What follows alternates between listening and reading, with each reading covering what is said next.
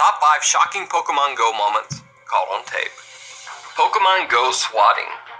Popular Twitch streamer Summit1G was streaming himself live on Twitch TV while out on a Pokemon Go search in a local park. Unfortunately, some vicious prankster who was watching his stream was able to identify the park he was broadcasting from as Monument Valley Park in Colorado Springs, Colorado. The shady viewer then proceeded to make a fake 911 call and filed a false police report that there were two men running around the Colorado park with AK-47 assault rifles. The suspect has an AK-47 or an AR. He says he's planted remote bombs in the park and one patrol cop. Law enforcement officers rushed to the park to search for these alleged armed assailants. The police arrived ready for battle, armed to the teeth with automatic weapons and assault rifles. At first, Summit1G is unfazed. He simply moves to a bench on the other side of the park. He tells his Twitch audience that there's nothing to worry about. He even says this. I'm not in my house, bro. I'm not in any danger whatsoever. I promise. The cop's not just gonna come up, point his fucking rifle at me for no reason, dude. Trust. Unfortunately, he was very wrong. Literally 30 seconds later, police approached Summit1G and his friend with guns drawn, ordering them to keep their hands up.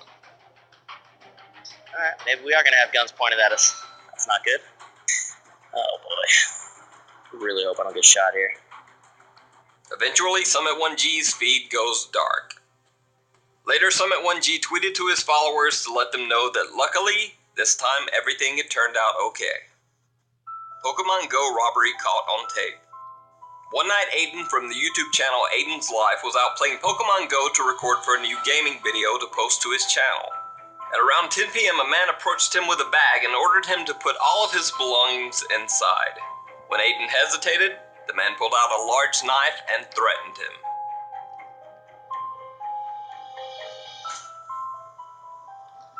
Dang. Yo.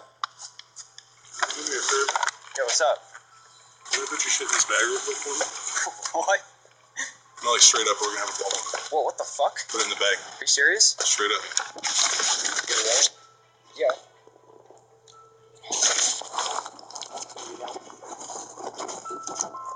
In fear for his life, Aiden put his camera, wallet, and phone into the man's bag, and the mugger ran off into the darkness with all of his valuables. Aiden called the police immediately from a nearby house and described the man. Surprisingly, less than 36 hours later, he was called back by the police and told that they had caught the thief and recovered his belongings. After Aiden received his camera and checked the recording, he found that not only did he have all of his Pokemon Go footage from 2 nights before, but he also had a video recording of his own mugging still on camera. I'll pick up a rock and kill that. Sex offender Pokestop. So in case you're one of the few people not playing Pokemon Go, Pokestops are real-world places in Pokemon Go that you can go to collect such items as eggs and more Pokeballs to be used in the game. While in Central California, Pokemon Go players were shocked to learn that one of the stops designated as a Pokestop in their area was actually a facility that houses convicted sex offenders. The 72-acre ranch called Sunny Acres is a sober living facility that serves as a temporary home for recovering drug addicts and recently released criminals. So Pokemon Go was actually leading young players to a ranch that houses ex-cons, drug addicts, and convicted sex offenders. Pokemoning and driving. A group of Baltimore, Maryland police officers were responding to an unrelated call when suddenly an out-of-control car speeds down the road and plows into the side of their parked police cruiser. The officers checked the car to find the teenage occupants a little dazed but otherwise unhurt. As the driver of the vehicle stumbles from the car, you can see that he shows the officer his phone. He was playing Pokemon Go while driving full speed through a residential neighborhood. Luckily in this incident, no one was hurt, but the driver could have easily killed himself, the other car occupant, or anyone else in his path.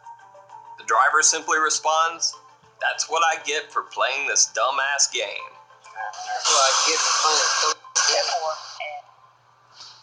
Pokemon Go lure victims. Again, just in case you don't know the game Pokemon Go, players can place what's called a lure module at a particular Pokestop in the game.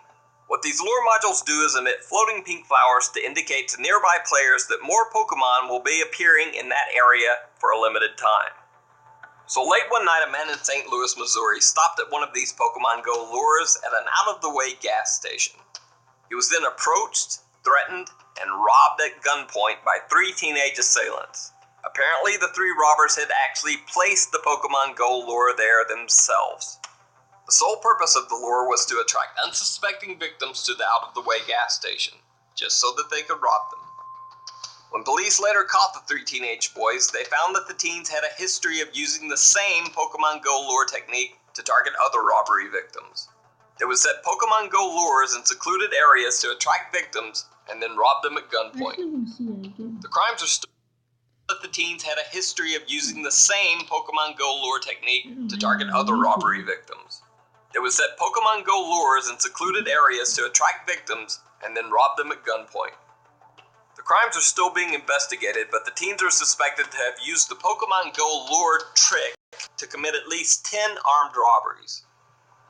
Unfortunately, these robberies are not an isolated incident. In fact, a similar crime took place on the University of Maryland campus, where a man named Javon Walker targeted and robbed a series of college students who were out late alone playing Pokemon Go. And finally, an extra truly scary warning about Pokemon Go. Now, many of the stories I've talked about today could have been averted if the Pokemon Go players had just used a little common sense and simply avoided playing Pokemon Go in dangerous places or under dangerous circumstances. But here's one truly frightening thing about Pokemon Go that most players are completely unaware of. The very scary Pokemon Go terms of service that everyone agrees to when installing the game. The terms of service provided by Pokemon Go creator Niantic Labs contains this clause. This is a legal clause that every user agrees to when signing up to play Pokemon Go. And basically what it means is that pretty much no matter what happens, you give up all rights to sue the makers of Pokemon Go in open court in front of a judge and jury, or join in any class action lawsuit against the company. In the event of any legal problem or disagreement involving Pokemon Go's publisher Niantic Labs, you have to privately pay all of your own fees and expenses to pursue them in a process called legal arbitration, where an arbitrator decides the outcome. And guess who gets to pick the arbitrator? That's right, it's Niantic Labs. So the company who makes Pokemon Go gets to pick who decides if your case against them is valid or not. So say there's a massive data breach and all of your personal information is exposed to the world. You can only go to arbitration. And if Niantic's personally chosen arbitrator decides that you're wrong, that's it. You get no second chance. There are no appeals to arbitration. Oh, and by the way, did I mention that another clause in the Pokemon Go Terms of Service states that Niantic Labs can sell your personal information? But wait, all is not lost just yet. You can still opt out of this part of the Pokemon Go service agreement within the first 30 days of playing the game. All you have to do is send an email to terms. El Subway Footlong Fest comienza ya. Cualquiera de tus footlongs favoritos, ahora por solo $6. Un desfile infinito de nuestros sabrosísimos footlongs, y cada uno solo $6. Así que vengan con hambre, porque el Subway Footlong Fest ya está aquí. Please don't crumble. We're gonna need some sugar to make this giant lollipop, as well as corn syrup, parchment paper, these things, and a... What's up, guys? It's Master Shot from Failed Guardian, and today we're evolving Onix. Super excited about this. I've been catching these guys since July of last year, and we can finally evolve them. In order to do this evolution, you do need one special item. Let me turn my volume down so you guys can hear me a little bit better. Hopefully that background noise is kind of obnoxious. Anywho, let me show you this special item that you need in order to do this.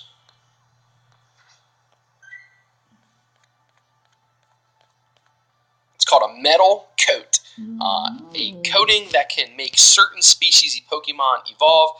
It is a special metallic film. As soon as I saw it and it said metal coat, I knew right away it was Steelix, because it's probably one of my favorites. You guys might have already seen, I made a video about Steelix a few months ago. I've been super pumped to do this, and finally it's here.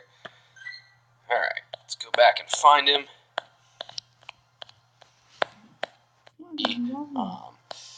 This air shoe is not that great.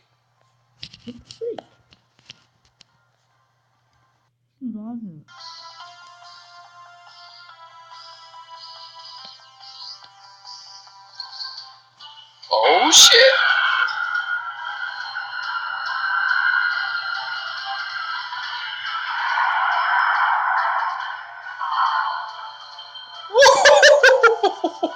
Yes!